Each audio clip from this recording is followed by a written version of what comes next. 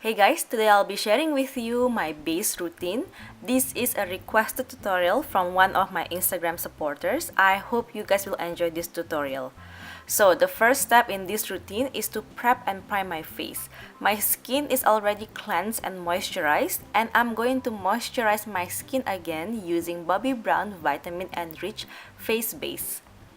I always moisturize my skin before any foundation application to hydrate the skin, and it also helps for the foundation to adhere to the skin better. Next, to fill in the large pores on my cheeks and nose, I'm applying Clinique Pep Start Hydroblur Primer. I'm just applying this primer sparingly in the areas where my pores are enlarged and also in the oily zones. Not only will it blur out the large pores, it will also help to mattify the skin. You can find other alternatives such as the Benefit Professional Primer or the Smashbox Photo Finish Foundation Primer. Besides priming my face, I'm also going to prime my under eyes using Cover FX Anti-Aging Smoothing Eye Primer. This primer helps to hydrate under the eyes and also reduce the appearance of fine lines and dark circles. And of course, I'm going to apply my favorite lip serum to keep my lips hydrated. Alright, so for today, I'll be using my YSL Radiance Awakening Foundation. I'll be applying this foundation using a foundation brush first and blending it using a damp latex-free sponge. First, I'm going to apply this foundation on the V-zone, which is the thickest part of my face. I'm going to swipe the foundation in this V-zone area using the foundation brush, and then using the flat side of the sponge, I'm going to spread the foundation to the center and outer area of my face.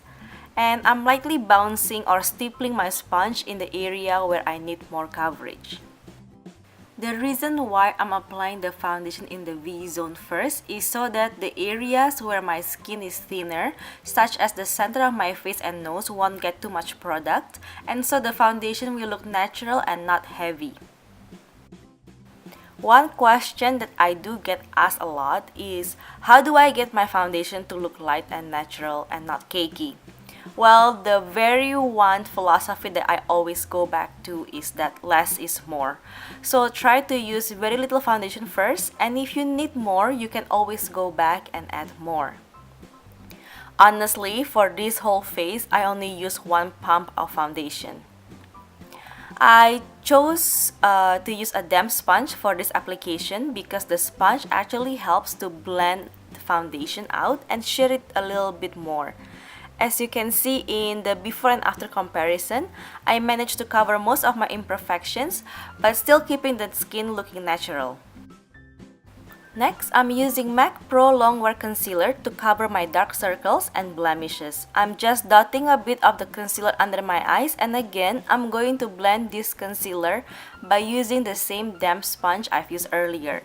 This time, I'm going to be using the pointy end to blend the concealer. I'm just gently patting the concealer so it gets spreads evenly under my eyes. I'm using Mercier's Secret Brightening Powder to set my under eye concealer. I usually apply this powder with a brush, but you can also apply it with a sponge.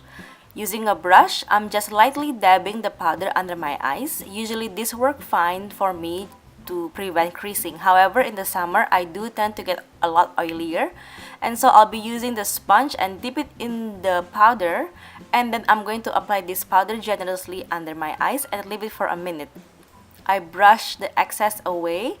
You can also bake your under eyes if you prefer, but I usually just blend the powder away before my eye makeup application.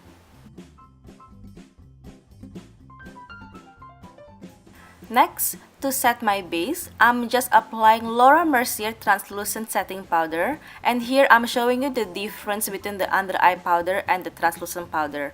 The translucent one has more of a yellow tint, and you can also use the translucent powder to set your under eye concealer. For the face powder, I'm going to be applying it all over my face using a powder puff. This will help to lock the foundation in place and make it last for the whole day. All I'm doing is just rolling the puff on my face to make sure that the foundation is set in place. You can also apply this powder lightly on your face using a powder brush if you have more of a normal or dry skin type. This method of using the puff that I'm doing works especially well for those of you with combination or oily skin type. If you find that this makes your skin look too powdery, you can roll the damp sponge to remove the excess powder.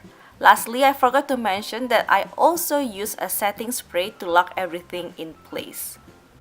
And that's it. I hope this foundation routine helps you guys to achieve a flawless, long-lasting base for your makeup application. Thank you so much for watching, and I'll talk to you guys soon.